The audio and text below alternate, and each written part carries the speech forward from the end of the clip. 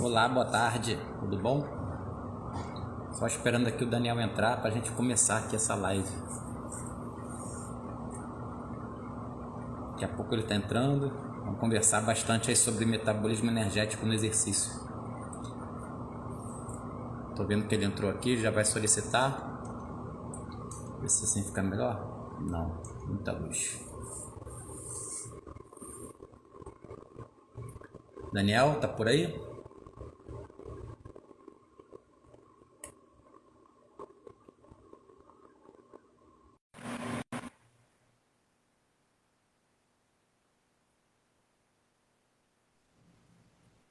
E aí, E aí, Daniel, tudo bom, meu tudo amigo? bem? Como é que você Como tá? vai? Tudo bom? Certinho? Com certeza, na correria, né? Tá Na na correria, correria? quanto tempo, cara? Bom te ver. Espero que esteja Com bem, certeza. família bem. Graças a Deus. E aí, Amém. vamos botar essa live aí para jogo? Vai ser bom esse Você que papo, hein? manda. Vai ser Você que muito manda, bom. meu amigo. Então, gente, vou dar mais um minutinho aqui, o pessoal está chegando, Tá, né? Mas a gente vai conversar sobre metabolismo energético integrado no exercício. Eu acho bora. que é um tema bastante pertinente, seja para o profissional de educação física ou para o nutricionista. E, por vezes, é um tema que não é muito bem dado, principalmente na graduação de nutrição. Não sei se você concorda comigo. Na Certamente. educação Algumas física, coisas mudaram, pelo menos eu diria hoje, Thiago. Algumas coisas mudaram em algumas instituições, mas ainda carece, né, de maiores cuidados, maior ênfase, né? tem muitas dúvidas, né? Você vê assim do aluno, do cliente, do paciente, até de amigo, né? Que é da área. Muita dúvida, muita confusão nesse tema que teria que ser dominado, né? Para você poder até pensar em nutrição, suplementação, metabolismo energético no esforço. Acho que tem tudo a ver. E é o Com que a gente certeza. vai destacar aqui hoje. Então, gente, vou dar uma iniciada aqui, ó. Vou até botar o relógio aqui para andar. Então, assim, para quem não me conhece, meu nome é Thiago Leite, tá? Eu sou profissional de educação física, sou nutricionista, doutorado em bioquímica e atualmente sou docente da UFRJ. Essas lives, Daniel, sempre tem a ideia de trazer algum tema pertinente, principalmente, né, na área de nutrição, fisiologia, performance, emagrecimento, hipertrofia, né, e sempre trazendo alguém de referência. Então, tenho um prazer enorme de ter convidado você. Eu sei que você é um cara estudioso pra caramba e gosta muito desse tema de metabolismo energético, né? Me amar. Daniel, para quem não conhece, gente, Daniel Schrein. Schrein? Tá certa a pronúncia, não? Eu Pode acho que falar até mais. Xerém, tá bom. Schrein. Daniel. Daí, Daniel Schrein, gente, é nutricionista, tem consultório, nutricionista clínico esportivo, vivência vasta com diversos atletas já passaram pela mão dele, não só atleta também, né? Atleta e não atleta, com certeza. Especialista em nutrição esportiva, mestre em alimentos e nutrição pela Unirio, docente, palestrante, cara fera. Então, se vocês imagina. puderem contribuir com as perguntas, seja aqui agora, depois no direct, para mim ou para o Daniel, fiquem muito à vontade. Daniel, na verdade, é um grande amigo meu de longa data, né? E a gente se conheceu aí nesse mundo aí pelos eventos, pelos congressos. Temos uma interseção muito boa com a Luciana Raffeniche, né? Então, uma excelente nutricionista, está sempre também bem atualizada nos eventos. Então, assim, Daniel, um prazer imenso estar aqui com você. Vamos trocar essa ideia aí sobre metabolismo energético no exercício integrado, né? E meus boas-vindas aí. Obrigado aí pelo aceite, tá, cara? Pelo convite. Aceite do convite. O prazer é Satisfação. meu, uma honra estar aqui. Muito obrigado. Você sabe que eu adoro trocar uma ideia contigo, uma pessoa muito querida num meio que a gente sabe que às vezes é bastante complicado, né? Então, o prazer é meu. Vamos lá, vamos aquecer o negócio. Vamos aquecer. Então, o tema é metabolismo energético, né? Porra, melhor ainda. Didaticamente, se a gente pegar um livro-texto agora, e vamos lá na bioenergética, né? Vai aparecer o que primeiro? Vai aparecer conceituação de bioenergética, depois vai falar de ATP, creatina fosfato, dentro de uma didática, né? Uma sequência lógica, capítulo um, capítulo 2, ATP, creatina fosfato, glicólise fermentativa, e vamos embora, fosforilação oxidativa, depois vem gordura e proteína no final. Mas na prática é assim, Daniel? No dia a dia o corpo humano é assim? Vem um, que depois vem com outro, que depois vem com outro, que depois vem com outro? Porque na cabeça do aluno, às vezes É, tem que acabar um para tem uma entrar o outro. ordem, né? É uma ordem certa. É por aí? Bioenergética é isso? O que seria uma bioenergética? Olha, pelo que a gente observa, né, até no campo, né, porque é uma coisa que acho que você deve ver muito também, Thiago, é o pensamento do profissional que vai se formando. Aí, evidentemente, eu vou falar mais da nutrição. O nutricionista ele tem uma mania de se afastar do esporte, até de uma maneira talvez um tanto quanto soberba, no sentido dele ficar aqui no consultório dele, na sala dele, e não experimentar o suor da sala de tatame, não sentir o abafado da pista de atletismo, ele não entender que o atleta ele não está o tempo todo, de acordo com aquele esporte que está escrito no livro, usando apenas um sistema energético. Né? O cara ele não é porque o cara é corredor de 100 metros que ele, a vida inteira dele é depender de fosfocreatina numa parte e de glicólise anaeróbica numa outra. Ele precisa condicionar as vias energéticas, até porque ele usa as 3 vias simultaneamente. O que vai mudar é a proporção de magnitude, de protagonismo, né, entre as vias durante a prática esportiva daquele indivíduo.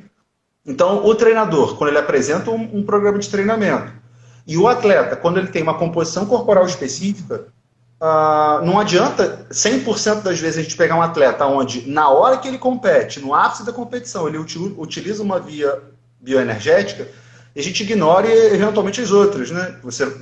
Várias vezes eu atendo atletas aqui de levantamento de peso, atletas de provas combinadas, onde eles podem predominar mais as vias mais intensas, mas eles podem ter uma composição corporal insatisfatória para as demais, ou até o próprio treinador pede para que ele incremente, isso acontece muito com luta, né? Para ele incremente a capacidade cardiorrespiratória dele, aeróbica dele. Então os trabalhos eles variam. Né? Sim, eu vejo muito por aí. Então dá para associar na prática, eu vejo muito por aí. E aí eu não sei se é o que você também vem vendo durante as aulas, ou também na prática, né? E aí você tem 2 áreas de prática muito maneiras. Se existe assim, esse exagero de achar que o cara é do esporte tal, ele só usa uma via e aí o cara vai ser suplementado de creatina e acabou. Um pouco. Eu ainda vejo um pouco isso, sim. Com os alunos, tem um pouco essa ideia do livro-texto, didaticamente, que eu estava comentando no início, capítulo 1, capítulo 2, capítulo 3. Então, aquela velha história, só vou queimar gordura depois que o carboidrato acabar, e alguma coisa assim. A gente vai chegar lá. Eu estou vendo que tem pessoas que estão entrando aqui, que talvez sejam períodos iniciais da graduação, e tem até pessoas que não são tão da área, que eu já reconheci alguns, são meus amigos, e não são tão da área. Então, eu vou voltar 2 passinhos atrás, para depois a gente fazer uma conversa mais aprofundada. Gente, já que a gente está comentando sobre bioenergética, né, tem vários autores que podem definir bioenergética de diferentes formas. Eu vou fazer de uma coisa fácil, palatável, aqui para ficar bem claro para todo mundo. Bioenergética nada mais é do que uma parte da ciência que tenta compreender e estudar como se dá nos seres vivos. Eu vou falar aqui do ser humano, especificamente, mas nos seres vivos de uma forma geral, como se dá a conversão do nutriente em energia, sob a forma de ATP. Ponto. É isso. Então, de novo, bioenergética. Uma parte da ciência que tenta estudar nos seres vivos como que o nutriente que você está consumindo na forma de alimento, na verdade, ele vai ser convertido dentro da célula em ATP. Isso é muito importante, não só para o atleta, para o sedentário, para todo mundo, é o ser vivo. Então, você está em casa o dia inteiro vendo Netflix, você precisa da bioenergética para te manter vivo. Até porque, Daniel, eu sempre gosto de comentar logo no início das minhas aulas, para os alunos, uma coisa assim, por exemplo, o Thiago aqui é um ser vivo, Daniel, outro ser vivo. E é altamente complexo. O Daniel, se a gente for avaliar na composição corporal dele, no nível anatômico, nível celular, ele é feito de água, ele é feito de carbono, ele é feito de proteína, aminoácido, ele é feito de um monte de coisa. Mas olha que interessante. Essa combinação de um monte de coisa que o Daniel tem, eu também tenho. Mas é só olhar aqui na tela, o Daniel é muito diferente de mim. Mas ainda assim é muito semelhante em composição corporal. Só que para manter o Thiago como o Thiago é, eu preciso da bioenergética, dentre outras coisas, né? Eu preciso da bioenergética. Eu preciso da síntese de ATP para me manter vivo e para me manter como ser vivo como o Thiago é. Porque quando eu morrer, e todos vamos, infelizmente, somos mortais, quando a gente morrer, a gente não vai mais dar energia para o sistema ser vivo, e aí eu não consigo mais me manter como o Thiago. Eu vou entrar em harmonia com a natureza. Literalmente. Eu vou virar pó, meus constituintes básicos, e entro em harmonia. Então, a todo momento, o ser vivo está burlando essa lei da termodinâmica. né? Que é, na verdade, você entrar em harmonia com a natureza. E a todo momento a gente bula essa lei, se mantendo viável enquanto Tiago, enquanto Daniel, enquanto Marcos, enquanto Gabriel e vão embora, justamente por manter as minhas células como elas são, meus tecidos, meus órgãos, meu sistema, meu organismo como um todo, dando energia para ele, porque nada é de graça. Olha a taxa metabólica basal aí.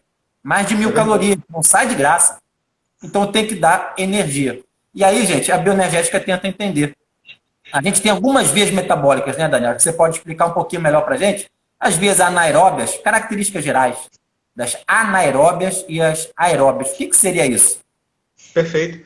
Eu até colocando tua visão, né, sobre essa parte, né, do ATP, é importante a gente explicitar que a molécula do ATP, que vai ser quebrada para poder gerar o processo energético, vai ser hidrolisada, né, ela não gera energia apenas para as finalidades esportivas. Isso é uma coisa que acontece muito assim quando a gente chega em sala de aula, o cara vai ver a nutrição esportiva, ele acha que o ATP serve só para contração muscular. Você falou, a gente vai morrer, vai virar um presunto, né, vai endurecer a musculatura, porque não vai ter mais ATP para quebrar a ponte, a actomiosina. Mas o ATP ele serve para outras coisas, né? O ATP serve para ajudar a gente a fazer transporte de nutrientes contra o gradiente. Ele serve para a gente construir biomoléculas, né? Quando a gente começa a fazer glicogênio, quando a gente começa a fazer triglicerídeo, a gente precisa de ATP. O ATP ele serve para uma série de finalidades, se a gente for parar aqui para várias reações bioquímicas, né? Se a gente for parar para discutir. E a biossíntese do ATP geralmente tem 3 origens, mas que elas ocorrem simultaneamente, né, para que a gente mantenha o nosso pool celular ou eventualmente de células específicas, né, de ATP disponível para a gente. Fora a própria ressíntese de ATP, que aí, claro, as vias vão participar. A via que geralmente começa a se discutir mais, entendendo que seria a primeira via, mas ela não tem nada de primeiro, segundo e terceiro, seria uma via chamada TPCP, ou via fosfagênio, ou via da fosfocreatina, ou sistema imediato. Tem vários nomes, né, vários autores. Via anaeróbica, pela falta de participação do oxigênio, alática, pela falta de formação de lactato também, né? Essa é uma via que ela tem muitas pessoas imaginam dela sendo a primeira, de maneira errônea, muito por conta da emergência, da velocidade e do potencial metabólico, que seria basicamente a concentração de energia que a gente produz por tempo, né? Que ela é capaz de produzir. Então ela é uma via que tem uma capacidade de transferir fosfato para a reciclagem do ATP muito rápida. Por isso que ela é amplamente mais utilizada em esportes onde a emergência, não só em esportes, mas em situações do nosso dia a dia, onde a emergência de produção ATP ela é absurda. E o predomínio dela depende de algumas limitações que nós vamos ter. Por isso que ela não predomina muito também. Tem a própria concentração da fosfocreatina disponível no corpo, a própria hidrólise do ATP, conforme ela for acontecendo e liberando aí os prótons de hidrogênio rapidamente sendo quebrado, né, a molécula de ATP. Isso vai gerar desconforto. Então tem alguns processos. Simultaneamente a gente tem outra via, que é a via anaeróbica lática, ou via glicolítica anaeróbica. Deixa eu perguntar uma coisa aqui, Daniel, só para o pessoal também entender. E complementando.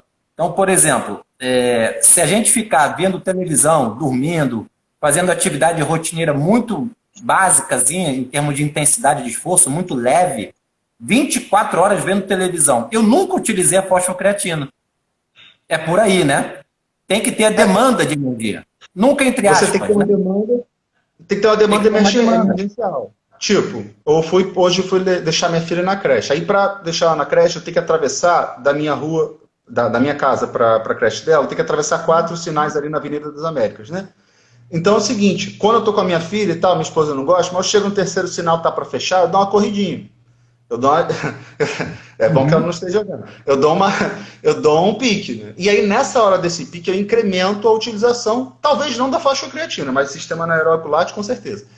Mas aí o que ocorre é que, assim, a grosso modo, você vai usar essas vias a todo momento, mas em percentuais realmente que vão destacar a atividade que você está fazendo. Então, se você passa o dia inteiro, como você estava dizendo, a pessoa que passa o dia inteiro sem uma emergência muito grande de se produzir energia, para se movimentar muito rápido, para pular muito rápido, para arremessar um objeto, para levantar um objeto, uma coisa onde você precisa concentrar muita energia no curto espaço de tempo, você vai usar 0,0001%. Então, em tese, você até usa, mas é um percentual muito baixo. Que, claro, que ele se incrementa nas condições que você apresentou. E, Sim. evidentemente, haverá uma limitação também. Você não consegue, eu não conseguiria o tempo inteiro atravessar o sinal na velocidade que eu atravesso. Eu não conseguiria o tempo inteiro levantar uma carga na academia, que para mim é grande, do jeito que eu levanto. Eu não consigo fazer durante minutos aquilo. Porque aí você pode entrar nesse mérito também, existem limitações para isso. Então é bem por aí. Você só vai dar destaque para uma determinada via, aí acho que esse seria um bom resumo, quando você estimulá-la por mais tempo. Então entra nessa questão da via anaeróbica ou alática. Para ela ser mais estimulada, você precisa ser extremamente estúpido numa demanda de energia num curto espaço de tempo. Sim. Então, gente, para quem está acompanhando aqui, o Daniel estava explicando corretamente, exatamente isso. Você tem algumas vias metabólicas para a produção de ATP na célula. Nem todas as células têm todo esse pacote de sistema. Quais sistemas? A via anaeróbia, que pode ser lática, porque produz lactato, e alática, porque não produz lactato como produto final. Então, a primeira, didaticamente, que aparece no livro-texto, é a via metabólica anaeróbia, que é a ausência do oxigênio na via metabólica, alática, sem lactato como produto final, que é exatamente o sistema fosfagênio, creatina, creatina, fosfato. Na sequência do livro-texto, é a via metabólica anaeróbia, ainda na ausência do oxigênio. A via metabólica não tem oxigênio, isso não quer dizer que a célula não tenha, ok? É a via metabólica que não apresenta. E aí sim, lática, porque tem um lactato como produto final. Você sabe, Daniel, eu estudei isso 10 anos, tá? O meu doutorado foi em fluxo glicolítico. 10 anos estudando glicólise. Então, assim, é uma coisa que eu cheguei até a decorar há muito tempo. Eu já nem leio isso há muito tempo, na verdade. Então, mas eu acho maneiro isso, que eu até queria também, claro, fazer uma pergunta para não te cortar, mas você ainda está vendo educadores físicos, nutricionistas, repetindo aquela mesma linguagem de que o cara lá na pista, quando ele se cansa, fala, pô, é o ácido lático, cara, é o ácido lático, vilanizando o lactato, transformando ele num ácido lático, e pela simples palavra de ácido, entendendo que ele causa esse tipo de dor, de desconforto. Você ainda vê muito isso?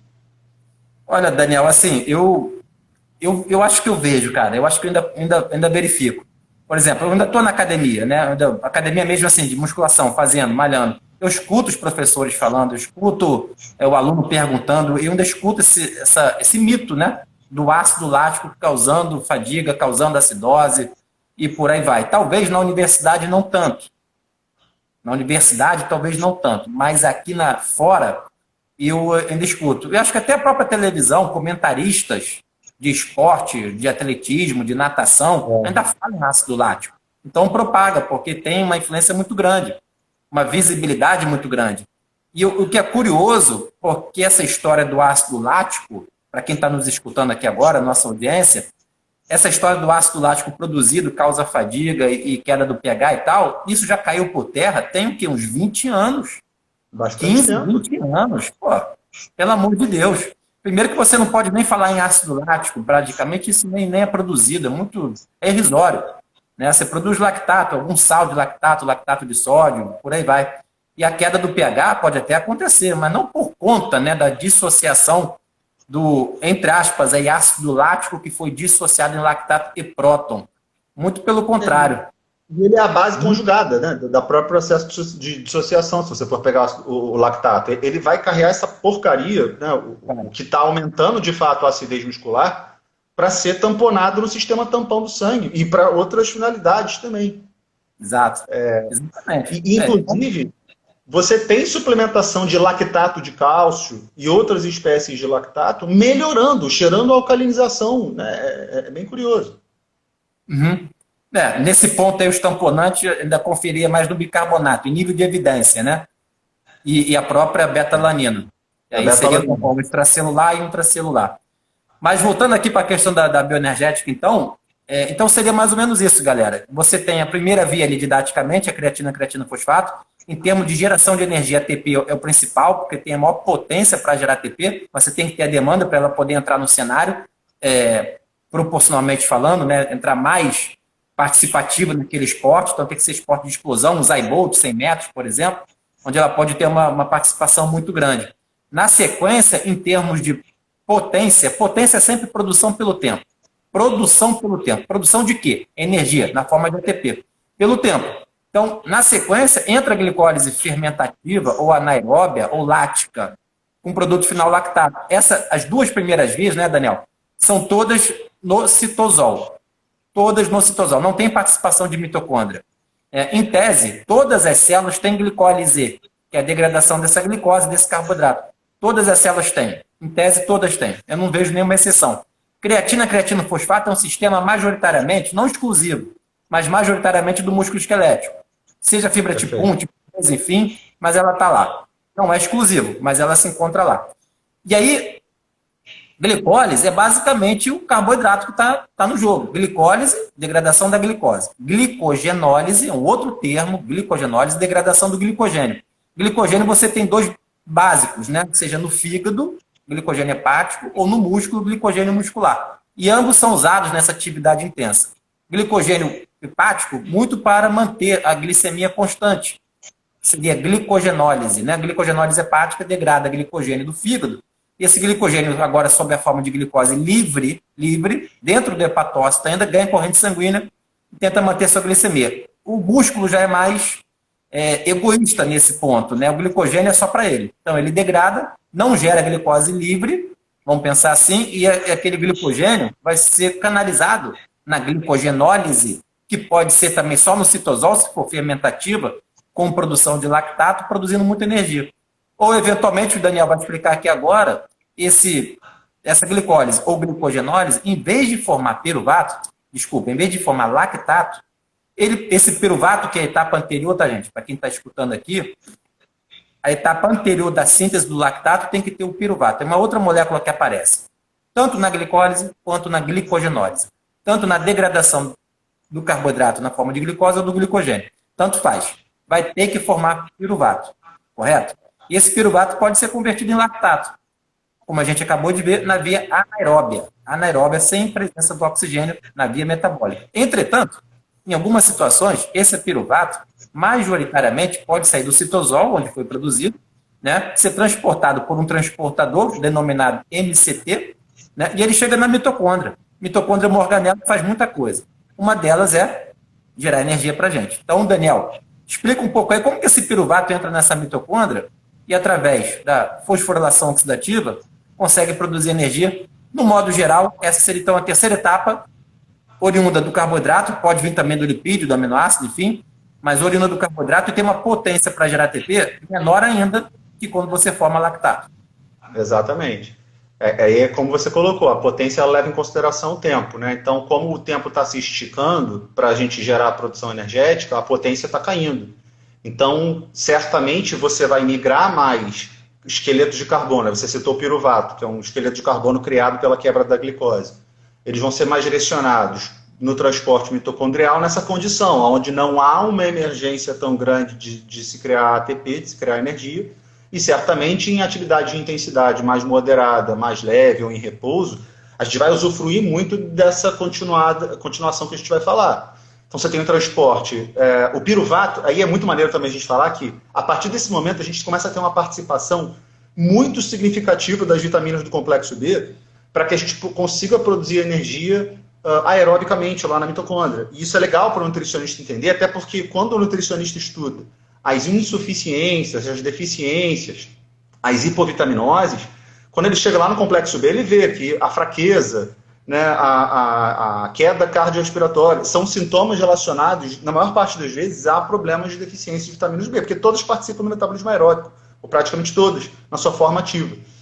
Então você tem a participação inicial da vitamina B5 como coenzima A, para formar o acetilcoenzima A, o esqueleto de carbono que vai ser formado a partir do piruvato. Todas essas reações, é claro, têm participações enzimáticas, né, para catalisar a reação e poupar a quantidade de energia que vai ser utilizada. E esse acetilcoenzima A, dessa molécula que foi formado, ela também vai ter a participação de uma outra vitamina do complexo B, que é o pirofosfato de tiamina, que é a forma ativa da vitamina B1. Então você já tem duas vitaminas, B1 e B5, já brincando nessa história. E você ainda tem nessa formação a participação de uma coenzima, que geralmente carrega um elétron, se tiver no estado, aí depende do estado reduzido oxidado, que é o NADH, né, nicotinamida, adenina, dinucleotídeo.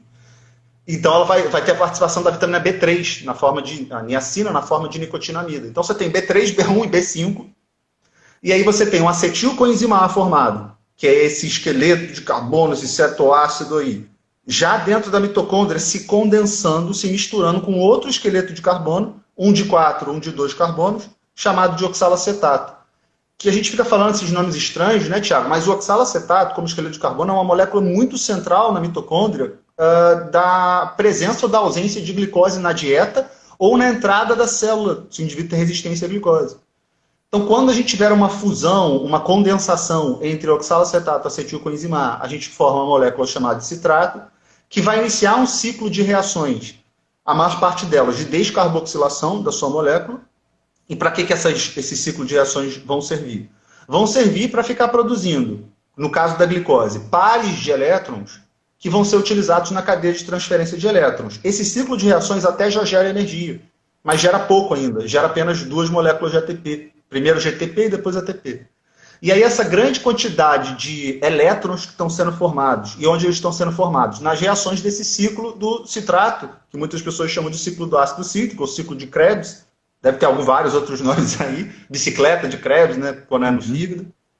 Então, esse ciclo de Krebs, esse ciclo do citrato, do ácido cítrico, ele vai gerar vários elétrons que vão ser transportados ainda na mitocôndria para uma outra região, onde esses elétrons vão ser utilizados para ativar complexos proteicos que vão fazer um gradiente de hidrogênio ali entre as membranas mitocondriais, para que esse gradiente de hidrogênio, a partir da formação dele, ele consiga movimentar uma bomba de formação de ATP, que aí ela vai fazer ATP para cacete.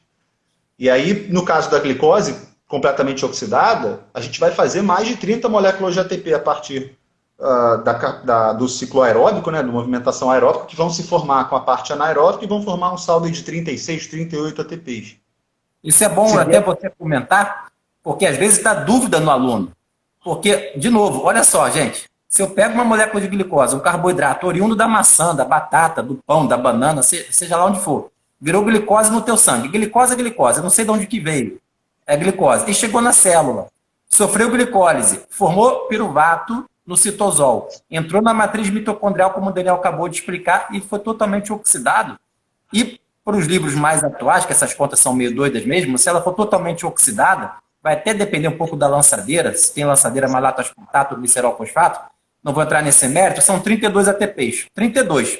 E aí, olha só, que dá às vezes na confusão na cabeça do aluno. Pô, produzimos 32 moléculas de ATP. ATP é pra caramba. Se eu for olhar a glicólise até o lactato, que eu falei que tem maior potência para produzir ATP, tem ATP pra caramba, são só 2 por glicose.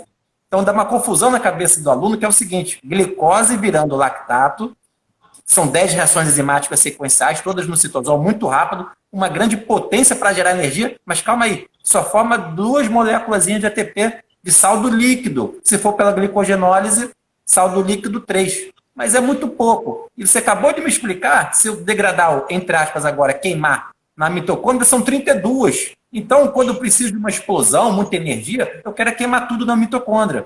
Mas não é assim que funciona, porque você não pode tirar a foto só. O que eu estou querendo dizer com a foto, gente? É o seguinte: você só está olhando e comparando uma molécula contra uma molécula. Uma molécula de glicose gerando lactato são 2 mols de ATP líquido. Uma molécula de glicose sendo totalmente oxidada na matriz mitocondrial, enfim, fosforilação oxidativa virando CO2 e água, são 32 moléculas de ATP. Uma molécula de glicose. Então é a foto. Agora faz o filme, vida real, tudo rodando.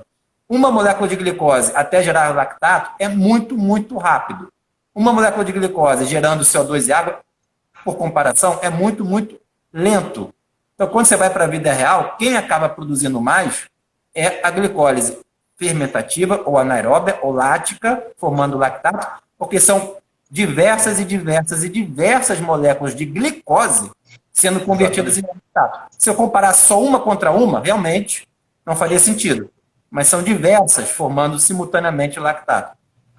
É por aí, Daniel? Às vezes essa confusão. E aí, num curto espaço de tempo, é como se você pegasse, uma porrada de, sei lá, deixa eu pegar aqui que tem na meu consultório aqui. Tem caneta na minha frente, vamos lá. Tem a porrada de caneta que você vai pegar num curto espaço de tempo, vai fazer ela descer por um funil e vão produzir ATP. É uma porrada, como você falou, mas num curto espaço de tempo. vão produzir quanto? 2 ou 3 ATPs. Se ela já tiver lá no glicogênio, o saldo é até maior. Agora, porra, se você tiver que oxidar, tu vai oxidar essa criança de uma vez. Aí vai descer uma, devagarzinho, né? Aí vai sair daqui, vai ser quebrada. Aí o esqueleto vai ter que entrar na mitocôndria. Ih, precisa de um transportador. Ih, precisa usar vitamina B5. Ih, aí vitamina B3. Ih, vitamina B1. Aí vai gerar o ciclo de Krebs. Lá no ciclo de Krebs vai ter a vitamina B2 participando, como flavina, adenina de nucleotídeo. Aí, pô, ou seja, tudo você tem, vai ter um trabalho muito maior, vai ter uma participação maior enzimática. Aí acabou o ciclo de Krebs, e vamos pegar essa porrada de elétrons, vamos ter que jogar eles em complexos proteicos, para depois no quarto complexo ainda oxidar essa história, e como você disse, nem todo o processo ele é efetivo, perfeitinho, oxidado. Você produz espécies ativas de oxigênio, radicais livres, né, a grosso modo. É que nem um carro, meu irmão. Se você usar determinado combustível, ele pode, gerar outras coisas para você. Ele vai gerar outros produtos da queima desse combustível.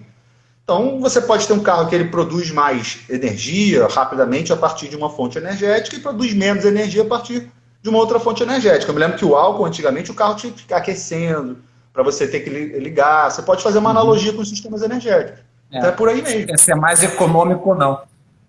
Na verdade, seguindo esse mesmo raciocínio, a gente comparou aqui, gente, a glicose ou glicogenólise virando lactato ou sendo totalmente oxidado lá na mitocôndria, em termos de potência, né, de geração de energia. Seguindo esse mesmo raciocínio, a gente pode pensar agora no lipídio, porque, diferentemente da glicose, vou até falar mais especificamente agora do glicogênio. O glicogênio já estava dentro da célula, dentro do miócito, pronto para gerar energia. Estava lá dentro, já prontinho. Só esperou ter a demanda e ele foi degradado pela glicogenólise. Enfim, agora o lipídio, tudo bem, a gente tem triacilglicerol intramuscular, mas vamos pensar no que está lá na reserva do tecido adiposo, que está todo mundo querendo perder, emagrecimento. Né?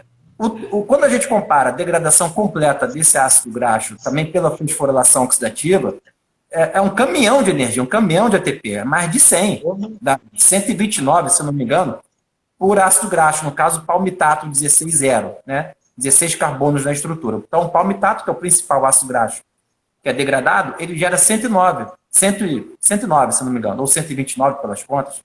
Enfim, teria que dar uma revisada lá. Mas o que eu estou querendo dizer com isso? Pelo mesmo raciocínio, cara, são mais do que 100 moléculas de ATP, são, por ácido graxo, são, mas e o tempo?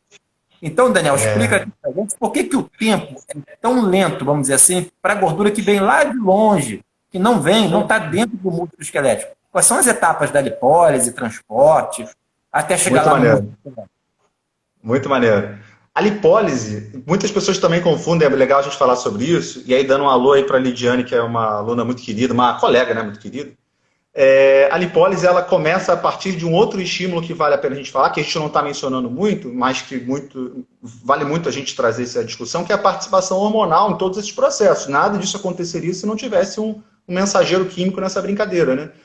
E aí o que eu recomendo, Thiago, não sei se você também gosta dessa ponte, quando os alunos eles estudam bioenergética, legal, primeiro no livro de bioquímica, que eu acho importante, depois no livro de fisiologia do exercício. A primeira coisa que eu recomendo depois disso é estudar a integração metabólica. Cara, o cara da área da saúde, o nutricionista principalmente, ele precisa ver isso, porque ele vai começar a ver a participação dos tecidos de maneira integrada, também com a regulação hormonal. Então, para a lipólise, um grande estímulo que nós temos é a própria liberação de adrenalina, que pode ser estimulada pela atividade física, que pode ser estimulada pela dieta, seja pelo jejum, seja por alimentos estimulantes, muitos termogênicos, né? Aí vem a história do termogênico tentar fazer essa brincadeira também, de estimular a adrenalina. Pode ser pelo estresse psicológico, pode ser pelo movimento de luta e de fuga, né? Então, beleza, a adrenalina vai ser lá liberada e pelo córtex adrenal, lá pela suprarrenal.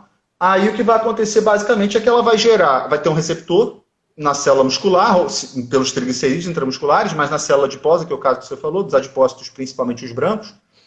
E é maneiro a gente falar que 75%, 80% de um adipócito branco é gordura, é triglicerídeo de armazenamento. Aí vem a adrenalina, estimulação de uma enzima, que é quase uma enzima digestiva, que é uma lipase, a lipase é um hormônio sensível. E aí ela quebra os triglicerídeos, que é a maneira que o nosso corpo gosta de armazenar gordura, em ácidos graxos e glicerol. O glicerol vai seguir um caminho dele maneiro, que depois a gente pode discutir, participando da gliconeogênese, né, manutenção da glicemia e outras coisas. E os ácidos graxos, eles vão ser enviados para a corrente sanguínea. Olha o tempo que isso está demorando, né? Então, eles vão ser enviados para a corrente sanguínea, vão ter que ser transportados pela albumina, predominantemente na corrente sanguínea, até chegar no tecido-alvo, que aí vai ser a fibra tipo 1, tipo 2, a fibra que for, geralmente vai ser a tipo 2, a tipo 1, né? Que também tem bastante triglicerídeo. Aí ela vai chegar lá, aí quando os ácidos graxos eles entrarem lá, eles vão ter que ser transportados para dentro da mitocôndria. Para dentro da mitocôndria sofrer um processo de degradação dos ácidos graxos, conhecido como beta-oxidação. Né? Na beta-oxidação, e aí foi maneiro você ter falado do ácido palmítico, os ácidos graxos eles são diferentes, eles não são todos iguais. Assim como a gente fala da glicose, você falou, pô, uma molécula de glicose faz X. Existem ácidos graxos diferentes no nosso corpo. Não existem 500 mil diferentes, mas existem diferentes. Então, de acordo com o tamanho do ácido graxo, ele vai gerar um rendimento energético diferente, porque na beta-oxidação, basicamente a gente vai ter essas clivagens, essas degradações dos ácidos graxos, gerando uma quantidade de acetilcoenzima A, que é aquela molécula de entrada para o ciclo de Krebs para o metabolismo aeróbico, de NADH e de FADH2, que vão ser aqueles elétrons que vão participar da cadeia fosforilativa, o valor vai ser metade do tamanho da cadeia de carbono de um ácido graxo. Então você falou, pô, o ácido palmítico tem 16 carbonos, ele vai gerar 8 acetilcoenzima A. Ele vai gerar o ciclo de Krebs 8 vezes isso, Tiago. Aí você também pode falar melhor do que eu. E a glicose de uma vez só. Exatamente. Isso se o ciclo de Krebs estiver paramentado de boa quantidade dos seus intermediários, como oxalacetato, que pode estar diminuída numa dieta low carb ou numa dieta cetogênica. Nessas dietas, você vai ter a falta de um elemento do ciclo de Krebs, e aí você não vai conseguir rodar o ciclo de Krebs todas essas 8 vezes. E aí o que vai acontecer? Tu vai acumular acetilcoenzima A e vai começar a fazer corpos cetônicos, aí a gente pode entrar no outro mérito. Mas, numa boa eficiência, e aí para resumir, a gente não toma muito tempo em cima disso, numa boa eficiência, gorduras produzem muito mais energia do que carboidratos, geralmente a partir de 2,5 vezes a mais, justamente pelo fato deles produzirem mais substratos para o ciclo de Krebs e mais substrato para a cadeia de transporte de elétrons. Então eles produzem mais ATP. Só que como é um processo mais demorado, ele também demora mais tempo. Eu acho que você gosta muito. Eu tenho um livro aqui no consultório que eu amo, tu vai reconhecer ele agora. Está na minha frente. Que é isso. Porra, é um livro, é um tratado de fisiologia do exercício do Brooks. Quer ver? Eu tenho esse. Você já li tudo 3 vezes, cara. Meu é pai me deu de ano novo. Uns 10 anos atrás, aqui. 5 anos atrás. Isso aí. Então, o Brooks, ele trata no crossover dele com o Mercier, publicado há tempo pra caralho, lá em 94, que no potencial aeróbico, aí não é nem no potencial energético de intensidade, no potencial aeróbico, quanto maior você sobe a tua potência aeróbica e você precisa produzir energia aeróbica, menos gordura você utiliza e mais carboidrato você utiliza. Isso tem a ver também com essa capacidade da quebra dos nutrientes. Então é um pouco por aí mesmo. Não, exato. Então você estava até comentando, quem quiser fazer pergunta aí, tá, gente? Fica à vontade. Você estava até comentando da questão da cetose, se de repente você está numa dieta low carb ou até cetogênica lá no extremo e a questão, quem sabe, pode faltar em algum momento intermediários do ciclo de Krebs, enfim, e isso poderia até limitar o exercício físico intenso. Gente, a gente nem precisa de explicar tanta bioquímica para isso fazer sentido. Olha só, não precisa nem explicar tanta bioquímica, e na verdade a gente já explicou isso, Daniel, no começo da aula. Então, de novo, para quem está chegando aqui agora, olha só, tem 3 vias metabólicas principais, a grosso modo, para gerar energia. Creatina fosfato, glicólise ou glicogenólise fermentativa, com produção de lactato, e a fosforilação oxidativa que pega tudo. Pega carboidrato, pega corpos cetônicos, pega aminoácido, pega lipídio, pega tudo. E uma das características que diferenciam essas 3 vias metabólicas, a anaeróbia, lática, alática e a fosforilação oxidativa, é a produção de ATP. Na verdade, a potência para produzir ATP sem entrar em bioquímica básica. Potência para produção de ATP. Quem produz mais mesmo? Creatina fosfato e a glicólise, glicogenólise anaeróbia. E aí, se você tira o carboidrato da sua vida, que é cetogênica, tirou o carboidrato da sua vida, o que sobrou para você? Majoritariamente para a síntese de energia. Lipídio e corpos cetônicos. E aí, se você for pensar no rendimento de ATP em função do tempo, ou seja, potência para a produção de energia via gordura e corpos cetônicos, é baixo. É baixo em comparação ao carboidrato. Então, quando você está no exercício físico intenso, que você tem uma demanda absurda de ATP por tempo, ou seja, de energia, produção, você não consegue fazer. Seja pelo motivo A, B ou C, bioquímico mais detalhado, que não preciso entrar no detalhe agora. Mas você já entendeu, a minha via metabólica capaz de produzir um caminhão de energia por segundo está debilitada, porque eu não tive o substrato. E mesmo que você tenha o substrato, porque você comeu muito macarrão no dia anterior da tua prova, ainda assim o seu mapa metabólico dentro da célula não está adaptado àquele macarrão que você comeu. Você estava muito tempo sem comer o macarrão. Então, tem um down regulation do fluxo glicolítico, da glicogenólise, numa enzima importante que é a piruvato desidrogenase, PADH, também um dos limitantes ali. Então, pensa nisso, sem grandes discussões metabólicas, né? A sua demanda por ATP cresceu, que é o tal do crossover que o Daniel estava colocando, né? E isso aí, Daniel, também é engraçado, porque quando eu também dou essas aulas, a gente curte pra caramba, e quando você entende de mapa metabólico, fica tudo claro, né? O crossover, gente, nada mais é do que o grande pesquisador que está aí no livro texto aí do Daniel, esqueci o nome dele agora, Daniel, até desculpa, o Brooks, 90. Ele descreve o seguinte, para quem não sabe o que é o ponto de crossover, imagina você agora, uma dieta normal, tá? Nada low carb, nada extremista, vamos dizer assim, tá? Uma dieta normal, você acordou, você está consumindo o teu corpo como um todo, não um tecido específico, mas análise do corpo inteiro, por exemplo, com um ergospirômetro, uma calorimetria indireta, você vai ver que o Thiago está consumindo mais ou menos 60% de gordura, 40% de carboidrato, o corpo inteiro do Thiago, não é tecido específico. Quando o Thiago começa a aumentar a velocidade da esteira lá na academia, vai para 5, 6, 8, 10, 12 por hora, 15, 20 por hora, dá um tiro, cada vez mais, ao sair do repouso, do estado basal, proporcionalmente, o Thiago como todo também, o corpo como um todo, porque eu não pego só o músculo esquelético através desse aparelho, dessa metodologia, enfim, cada vez mais eu consigo usar carboidrato, justamente, sem grandes explicações bioquímicas, o porquê do carboidrato. Porque a demanda de energia aumentou. E se a demanda de energia aumentou, eu tenho que utilizar aquela via metabólica que tem maior produção de energia em função do tempo, potência, que é a glicólise e glicogenólise.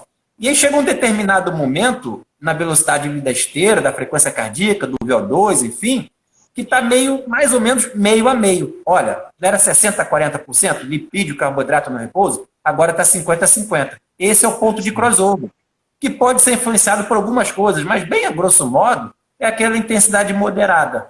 Bem a grosso modo. E aquela intensidade moderada você está meio a meio. E aí quando você está lá fazendo o seu HIIT, alta intensidade, intervalado, ou contínuo, mas você está lá no teu limite, é muito mais carboidrato, chegando percentualmente, às vezes 90%. E aí, às vezes, eu brinco com o povo, Daniel, com meus alunos lá, que é o seguinte, caramba, eu quero emagrecer. Olha que doido, né? Eu quero emagrecer.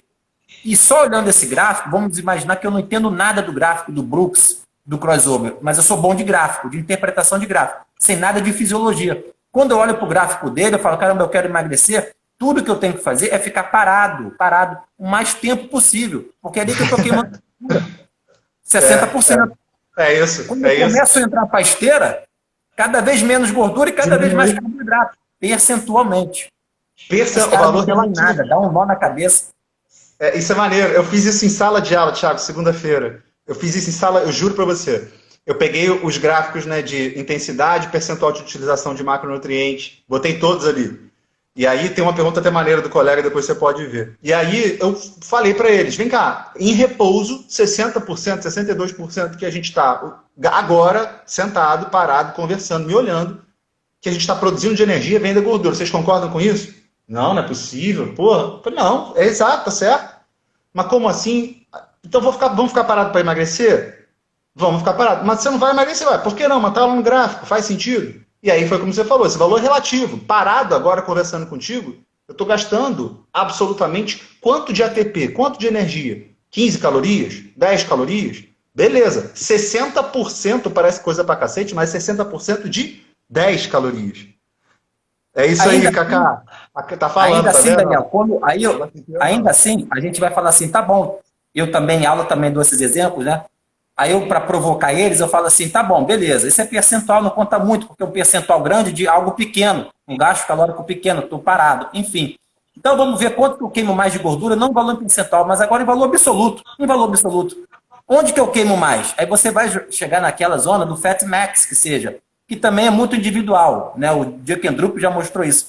Muito individual. Mas, a grosso modo, aquela intensidade moderada. Aí eu provoco eles também. Cara, se é aqui que eu queimo mais gordura na intensidade moderada, então é aqui que eu vou ficar para emagrecer. É isso? Pode ser, não pode ser. Eu posso existem outros emagrecer. fatores. É isso. Eu posso emagrecer sedentário. Exato. Você pode perguntar para o teu aluno também o seguinte: bom, você tem um dia de 24 horas, beleza? Tu quer emagrecer aonde? Só na academia? É só na academia que tu quer emagrecer? É só na hora do treino que tu quer emagrecer? Então, beleza. Aí você estuda lá, porque a dieta vai influenciar, o condicionamento físico vai influenciar. Aí você estuda sério para pegar o máximo de queima de gordura no treino. Porque vai chegar o resto do dia, o cara não vai se dedicar a uma dieta. É discutível, é debatível, mas tudo bem. Agora, convenhamos, a gente não emagrece em 40 minutos, 1h30, 2 horas de treinamento. Tu emagrece no acumulado, né? 1 dia, 2 dias, 3 dias, 4 dias, 1 mês, 2 meses. E aí é um pouco disso. Às vezes o próprio nutricionista ele se esquece, Thiago, do protagonismo da dieta frente à oxidação de gorduras, ao emagrecimento, ao processo lipolítico, como ela é muito mais importante do que a atividade física nesse sentido. A atividade física é bárbara, é formidável, mas, porra, nesse sentido vai ter esse protagonismo da dieta, porque o cara não vai emagrecer só quando ele tá com o rabo na academia. E olha, e tem outro gancho aí que eu acho também fantástico, sem entrar muito em bioquímica, cabe uma live inteira para falar disso. Que é o seguinte, o cara que tem fé, aí eu vou brincar, né? O cara que tem fé, que tudo que ele tem que fazer para emagrecer, ou para maximizar o processo de emagrecimento, é, entre aspas aqui, né, queimar mais gordura durante o exercício, ou seja, ficar naquela intensidade moderada, ele tem fé nisso, olha, para emagrecer tem que queimar mais gordura durante o esforço. Então, de novo, você pode até emagrecer fazendo HIIT, alta intensidade, que durante o esforço é só carboidrato. Você pode até emagrecer fazendo nada de exercício, só vendo Netflix. Vai ser mais difícil? Vai ser mais difícil, mas pode. Você tem que ter um déficit energético acumulado crônico. Ok, isso todo mundo sabe. Mas eu vou pegar o gancho pelo seguinte, o cara que tem fé, que ele tem que queimar mais gordura durante o esforço para emagrecer, é esse cara que acredita, Daniel, e tem fé, que para emagrecer ele tem que fazer o aeróbio em jejum. Não vou criticar o aeróbio em jejum, porque também é muito particular. Mas se você quer queimar mais gordura durante o esforço, nada melhor do que fazer um aeróbio em jejum, intensidade moderada. Ali você está potencializando, sem botar nenhuma outra variável, só o exercício físico, né, e tirando a comida logo pela manhã. Cara, se você tem fé que para emagrecer, tudo que você tem que fazer é queimar mais gordura durante o esforço, a intensidade tem que ser provavelmente moderada, na sua zona do Fat Max, que em geral é moderado, e não que tenha comido nada antes, e quiser tomar cafeína sem café, sem carboidrato, sem glicose, ok. Cafeína em jejum, intensidade moderada. Se você vai emagrecer mais por conta disso, eu te digo categoricamente, não. Não vai. Mas se você curte, se você gosta, você pode fazer. É uma opção. Pô, Thiago, não curto, não gosto, passo mal, nada a ver, mas eu vou fazer porque eu vi no blog. Não faça. Não precisa. Então são coisas diferentes. Porque às vezes na rede social, você tem que... as pessoas às vezes acham que você tem que se posicionar assim, como se fosse time de futebol. Hoje tem Fla-Flu, né? Ou tu torce para um, ou tu torce para outro. Como política, tudo uma dicotomia, sabe? Sem contextualizar. Ou você é a favor do aeróbio em jejum, ou você não é. Calma, opa, não é que eu estou em cima do muro, não. É porque eu entendo de fisiologia. Ele não é fundamental. Mas também eu não posso execrar como pessoas execram. Vou perder massa magra, você vai catabolizar, vai fazer gliconeogênese e tal. Calma aí, amigão. Também não é assim, não. Porque tem tanta variável aí, isso não vai acontecer. 30 minutinhos a 10 por hora, 8 por hora, se eu tiver uma alimentação legal, treinando bem, não tem massa magra que eu vou estar perdendo. Posso até perder alguns aminoácidos durante o esforço, e a gente pode entrar agora no metabolismo da proteína, mas isso vai ser recuperado depois, se eu tiver com uma alimentação adequada. O contexto ele conta, porque o seguinte também, para ser bem resumido, eu costumo dizer, conversando com os colegas, falando com os pacientes aqui, e com os alunos, o seguinte: o nutricionista ele precisa ter um conhecimento amplo dos processos fisiológicos, metabólicos, que está acontecendo no corpo do indivíduo, na presença ou na ausência dos alimentos e dos nutrientes. Porque ele não pode ser um profissional limitado a trabalhar com uma estratégia nutricional. Ele tem que saber trabalhar com todas as ferramentas. Pô, sei lá, um maluco trabalha com computação, ele sabe trabalhar com vários softwares. O nutricionista não pode trabalhar com um tipo de dieta só, entender um tipo de dieta só, um tipo de prescrição dietética só. Ele tem que entender os contextos e os critérios de prescrição das dietas. Se você pergunta para mim se eu já prescrevi jejum, eu te falo abertamente já. Se você perguntar para mim se eu já prescrevi dieta paleolítica, várias vezes. Se eu já prescrevi dieta equilibrada, pra cacete. Se eu já prescrevi dieta mediterrânea, demais. Os critérios e os contextos eles contam. Você falou do jejum aeróbico. Quantos pacientes eu não recebo nessa condição, que não evoluíram, mas ele não entende o porquê? Não, porque eu faço isso, estou fazendo tudo certo, estou evoluindo. Aí você vai ver que essa forçação, Thiago, de barra, gera, por exemplo, um impacto no comportamento alimentar do cara no pós-treino. Como você falou, tem cara que sente dor de cabeça, tem maluco que chega com fome, irmão. Aí, pô, mas eu treinei, não posso comer, não tá liberado, não é assim. Então, mas é um pouco desse frenesi, desse afã, de entender que existem 100% de respostas certas, descontextualizadas, e que se você fizer aquela estratégia, não é possível que ela não funcione com você. E aí é o que eu falo pra galera da nutrição, né? Cara, se você tem uma noção da combinação da dieta, do nutriente, do alimento, com a atividade física que está acontecendo no corpo do teu paciente, você tem como explicar para ele, e aí, através de uma fala mais simples, o porquê que tem determinados procedimentos que ele está fazendo que não está dando certo, e que ele vai ter que apostar em outros. Ele vai se assustar com você quando você pedir para ele comer carboidrato. Ele vai se assustar com você quando você aumentar a frequência alimentar dele. Mas ele vai confiar em você quando você olhar no olho dele e for brutalmente honesto com ele e ver resultado.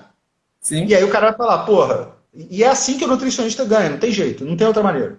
Então, concordo plenamente, Daniel. E eu compreendo e aceito total que o cliente, o paciente, chegue com as dúvidas todas. O que a gente tem que ensinar é no profissional, principalmente aquele que trabalha com esporte, dominar, gente, a bioquímica, o mapa metabólico, você só vai ter a ganhar. Eu sei que na graduação, às vezes, a gente chega na aula da bioquímica já com preconceito, uma barreira, um escudo muito grande, muito difícil, não vou nem entender. Gente, faz parte. E quando você... Eu sou muito autodidata, né? Então, eu lia lá o Lenig, o Strayer, batia a cabeça, não entendia nada. Comecei a ler, até porque minha primeira formação é em educação física, que não tinha bioquímica na cadeira, não tem até hoje, lá na UERJ, imagino eu que não tenha. Então, assim, eu comecei a gostar do tema. Então, eu lia, não entendia nada, tentava decorar, até que uma hora começa a fazer sentido. Porque tem que fazer sentido.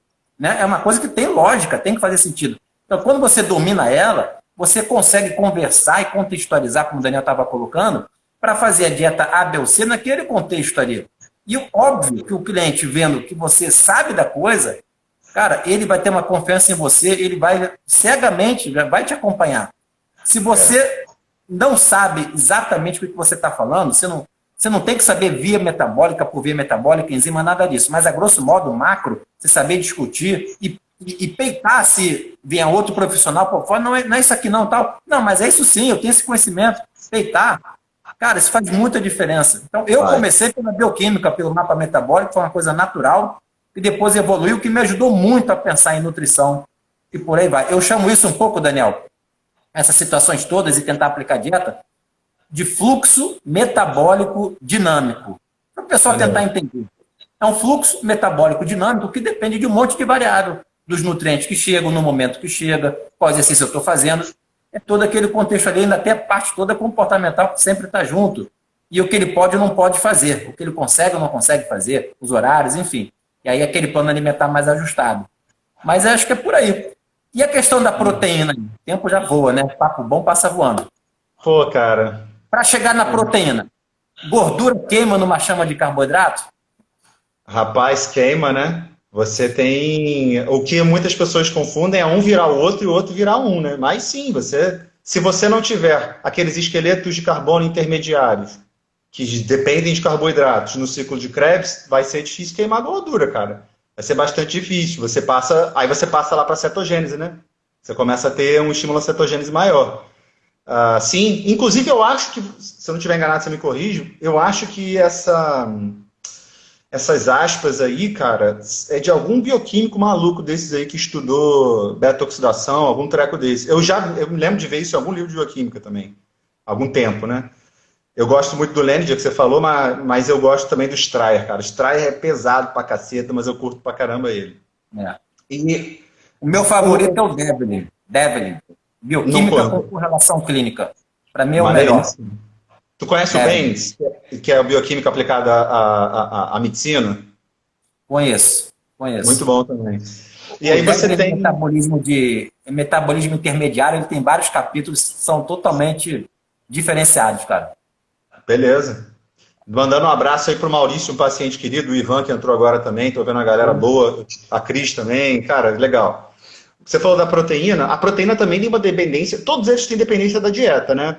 Tem no capítulo de integração metabólica, não, de metabolismo de macronutrientes, de carboidratos, né? Especificamente carboidratos, ele mostra que a taxa de quebra de proteína muscular, de proteólise, para colocar aminoácido disponível para o nosso corpo fazer, por exemplo, energia, depende da ingestão de carboidrato.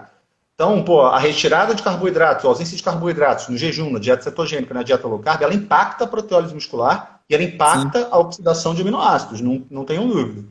sim, Os aminoácidos eles colaboram, mas eles não têm essa colaboração direta para a produção de energia, porque não é necessariamente essas criaturas, né, essa combinação de grupamentos amina, grupamento carboxila, né, no alfa-quiral lá, que vão gerar energia direta, vão gerar ATP. O que eles vão fazer nos processos de transaminação, e aí os aminoácidos de cadeia ramificada são amados pelo músculo, né, para sofrerem a transaminação deles e virarem cetoácidos de cadeia ramificada. Quando a gente pega aminoácidos, como os BCAAs, ou como qualquer outro, pega aí também a alanina, né, que é muito utilizada como fonte de gliconeogênese, esses aminoácidos que participam da capacidade de se transaminar com cetoácidos, eles geram esqueletos de carbonos que vão passar pelo ciclo de Krebs e vão produzir elétrons na cadeia de transporte de elétrons. Tanto é que um dos produtos do metabolismo de aminoácidos e proteínas são escórias nitrogenadas. Você tem a produção de amônio. Então, sim. se você tiver uma boa presença de amônia, que é de uma certa maneira tóxica para o tecido muscular, para o cérebro, né, na hiperamonemia, podem causar fadiga. Se você tiver aí uma grande utilização, uma participação significativa deles, você pode observar na análise bioquímica a presença de escórias nitrogenadas no sangue. Se começar a sair na urina também em grande quantidade, aí a filtração renal vai ter que ser discutida, né, no sangue e na urina, a filtração renal vai ter que ser discutida. Então, eles participam mais ou menos dessa forma. E aí você tem a amônia, claro, em condições normais, ela vai ser transportada lá para o fígado, vai passar pelo ciclo da ureia, a ureia vai para os rins e a gente vai eliminar ela na forma de xixi. Mas os aminoácidos eles têm essa participação. Numa condição normal, em pacientes que não têm debilidades, pessoas que não têm debilidade, que fazem exercícios físicos, e digamos que façam uma dieta mais convencional, a participação dos aminoácidos e proteínas ela é muito pequena na produção de energia. Os protagonistas você já mencionou. Você coloca mais ou menos nos artigos, ó, vamos lá, uma prova de endurance bem longa, 5, 10% do total de energia na forma de ATP, no máximo, aí, oriundo da proteína. No caso, o esqueleto de carbono. Quanto mais está faltando esse carboidrato, né, de repente está acabando porque ele está fazendo 2, 3, 4 horas, o Ironman não está conseguindo consumir direito combustível porque na forma de glicose, o trato gastrointestinal não está aceitando, não está conseguindo consumir. Enfim, e aí, na prova, pode ser que acabe os estoques de glicogênio e cada vez mais tem um pouco de proteólise, como você bem falou, não só muscular, mas de outras fontes também, que acabam liberando esse aminoácido, que pode pegar o metabolismo intermediário, liberando a amônia, que pode ser detoxificada, né, na forma de ureia, como você contou, e para formar ureia precisa de energia. Quem banca essa energia normalmente é o metabolismo de lipídio, até porque no mesmo tecido o ciclo da ureia está no fígado, e o metabolismo de lipídio acelerado pode até, quem sabe, até formar corpos cetônicos durante a prova, um pouquinho que seja, mas é possível. Né? E aí você tem também os corpos cetônicos sendo gerados até ali no próprio fígado, no mesmo tecido. Então, se os corpos cetônicos estão sendo gerados, é porque está tendo um grau de beta-oxidação maior. E essa beta-oxidação, como você já comentou aqui, gerando NAD-FAD, pode gerar ATP para bancar o ciclo da ureia que demanda de energia. E o BCA, como você bem comentou, aqueles aminoácidos de cadeia ramificada são essenciais, a gente não produz, tem uma preferência de metabolização muscular, eles podem sim gerar intermediários do ciclo de Krebs, né? E aí, uma vez que gerou intermediário do ciclo de Krebs, aquilo ali é um ciclo, não dá nem para saber de onde que veio. Se veio do aminoácido, se veio da glicose, se veio do lipídio. Já gerou intermediário do ciclo de Krebs, já era. Junta todo mundo. E aí a gente tem essa estimativa, né? De 5 a 10% oriundo. da proteína numa prova dessa. Claro que se você for fazer uma dieta cetogênica, um pouquinho mais de proteína pode ser metabolizada pela falta do carboidrato. Mas essa proteína que pode ser metabolizada, não necessariamente, essa é a minha visão, numa dieta cetogênica, é oriunda de uma proteólise mais acelerada. Não necessariamente. Pode ser oriunda realmente da proteína que veio da dieta. Se a proteólise estiver acelerada, provavelmente é uma dieta com uma restrição de caloria importante, né? E aí já não tem um carboidrato, que já está jogando realmente contra, e se tiver muito restritivo em energia, pode ser que tenha uma proteólise acelerada. Mas se o cara está treinando, treinamento de força, que retém massa magra, o balanço energético não está tão negativo assim, numa dieta cetogênica, não vai privilegiar a hipertrofia, com certeza não. Mas não necessariamente há uma perda de massa magra, essa é a minha visão. Você pode até avaliar, né, Thiago, usando a tua ponte, sem querer te interromper, mas você pode avaliar se a proteólise muscular está sendo, se você desconfia de fato dela, você pode analisar num atendimento marcadores de dano muscular. Está desconfiando que está acontecendo proteólise muscular? Solicita biomarcadores de dano muscular, pode inclusive pedir as proteínas contráteis para avaliar. Pode ser. Tudo bem que isso vai também trazer a intensidade do exercício, o nível de recuperação do exercício, mas o cara pode investigar, ou pode investigar as escolas nitrogenadas. Tudo bem que as escolas nitrogenadas também podem estar vindo da proteína dietética. Mas fazer esses levantamentos, né, entender se a carga do treino está progredindo, ou está se mantendo, ou está diminuindo. O nutricionista, eu estimulo muito, Thiago, a ele anotar o desempenho do indivíduo no atendimento. Senão ele se distancia. Pô, o cara, qual a carga que ele está levantando hoje? Vou dar uma olhada na série, vou conversar com o professor, porque senão se subjetiva muito o processo. Olhar só para essa criatura aqui, ó, olha só para a bioimpedância. É muito pouco. Acaba sendo muito pouco no que tange a entendimento do esporte. Isso aqui vai me dar composição corporal, que vai variar pelos fatores que a gente já discutiu. Mas e o esporte em si? A velocidade na academia, a força, a potência, a resistência. Isso é legal levantar. É fundamental. Isso é fundamental. Isso que você está comentando é fundamental. E, na verdade, assim, na grande maioria das vezes, 90% das vezes, eu tenho algumas exceções, mas eu acho que a nutrição está ali para acomodar o treino. Claro, tem o objetivo, tem a rotina e tudo mais, mas se a pessoa treina, e de fato treina, é nutrição esportiva, ele está treinando, a nutrição vem ali para acomodar uma demanda do treino segundo o objetivo daquela sessão, daquele microciclo, macrociclo, e vamos embora.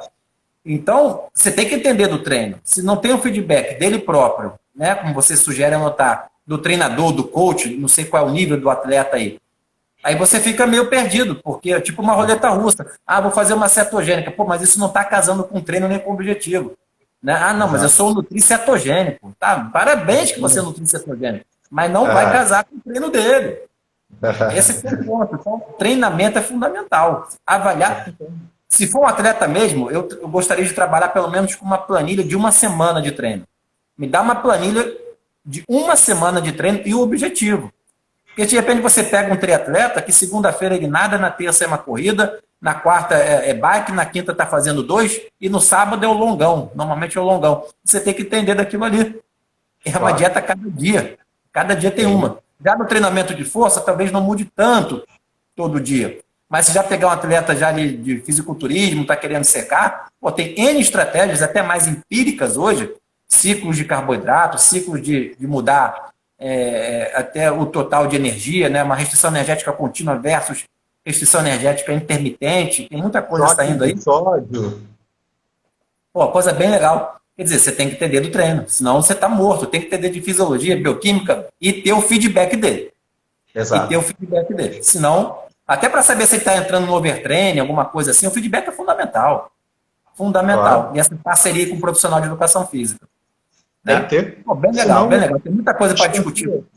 Isso que é interessante, né, Daniel? É você ter esse conhecimento e quando você vai falar de bioquímica para os seus alunos, é sempre aplicado. Nem sempre dá para aplicar tudo. Eles também têm que ter a noção que eles têm que sentar um pouquinho e estudar a bioquímica básica. Né? A via metabólica básica, para depois integrar e tentar botar no cenário da vida real. Mas eu tenho que saber uma glicólise, uma vez na vida, pelo menos. Não precisa saber, talvez, como eu saiba. Eu estudei ela há 10 anos. Mas ter uma ideia do que seja. Ter uma ideia do que seja. E tentar aplicar. Se você só quer a cereja do bolo, só quer aplicar, mas isso aqui é assim, não sei, a belanina no momento, é tampão, então é... Cara, ou você vai decorar ou você vai entender. Eu acho que entender é melhor. E aí você tem que se dedicar um pouco mais. Mas você escolher essa profissão, que é linda e maravilhosa, que transforma a vida das outras pessoas. Então, faz parte, principalmente do nutricionista esportivo, os outros também, clínico esportivo que eu comento, né?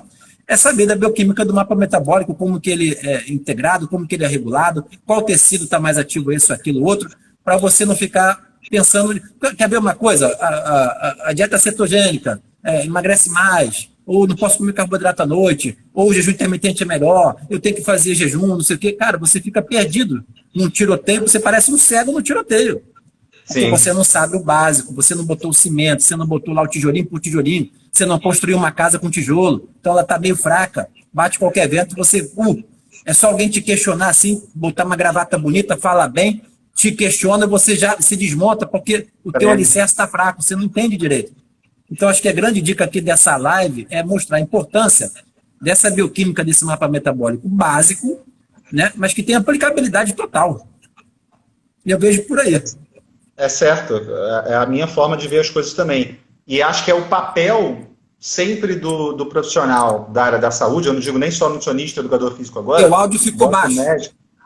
Pô, o cara tem que começar a sempre fazer ponte entre o que a ciência produz e o que a prática apresenta. Se essa ponte não existir, alguém vai se distanciar da realidade. E aí a gente vai deixar de entregar para o paciente, vai deixar de entregar para a sociedade, vai deixar de entregar para a nossa carreira. Daniel, seu áudio está baixo. Daniel, teu áudio está baixo. Desculpa. Vê se vai melhorar aqui, ó. Melhorou? Deixa eu ver. Melhorou agora?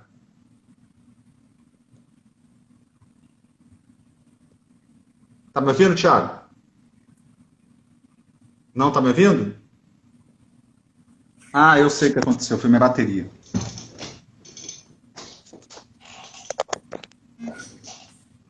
Pronto, agora vai melhorar por causa da bateria. Melhorou? A Cris está falando que está me ouvindo. Algum problemazinho nesse áudio aí. Eu acho que é o teu, ó. Tem gente falando que não tá baixo. Não, então acho que o problema é comigo.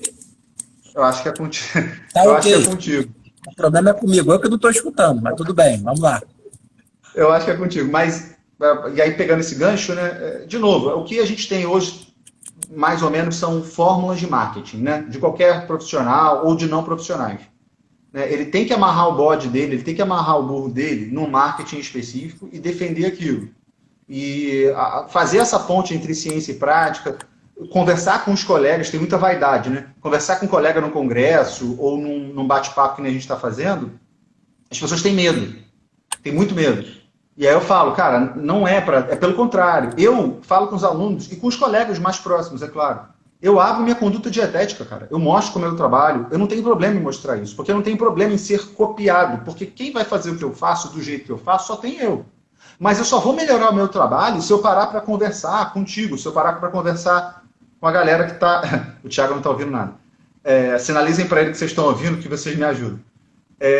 Para a galera conseguir conversar comigo e me apresentar retornos profissionais que me façam a querer funcionar melhor. Basicamente é isso. Basicamente é isso. Bom, Daniel, estou vendo que você parou de falar. Eu não te escutei nada. Tá batendo o tempo também, Daniel? Já tem mais de 1h? 1h05, 1h10? O pessoal está escutando bem, como eu estou vendo, né? Estou lendo, mas eu não estou te escutando. A gente pode depois marcar uma outra live para, acho que, continuar esse tema e aprofundar em outros pontos. Né? Porque é um tema bastante interessante e sempre tem essa demanda. É uma dor do aluno, do cliente, do paciente também, entender um pouco mais do mapa metabólico. Então, acho que já foi bastante esclarecedor, né? O pessoal está gostando. É até interessante, né? Porque eu até quando eu botei esse tema, de ser sincero, até pensei assim, será que o povo vai curtir, vai gostar? Um tema que a gente vai vindo do básico para o aplicado e vice-versa.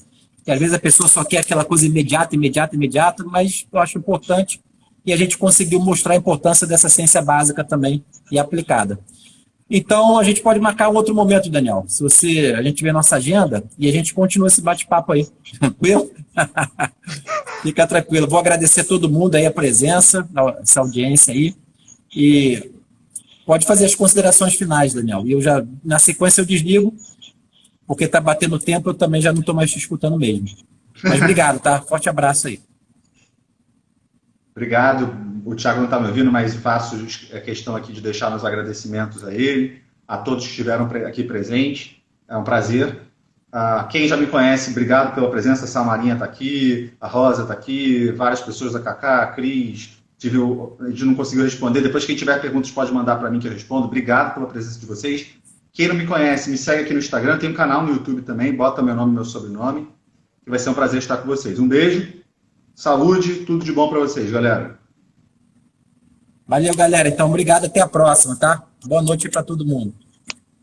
Valeu, Daniel. Obrigadão.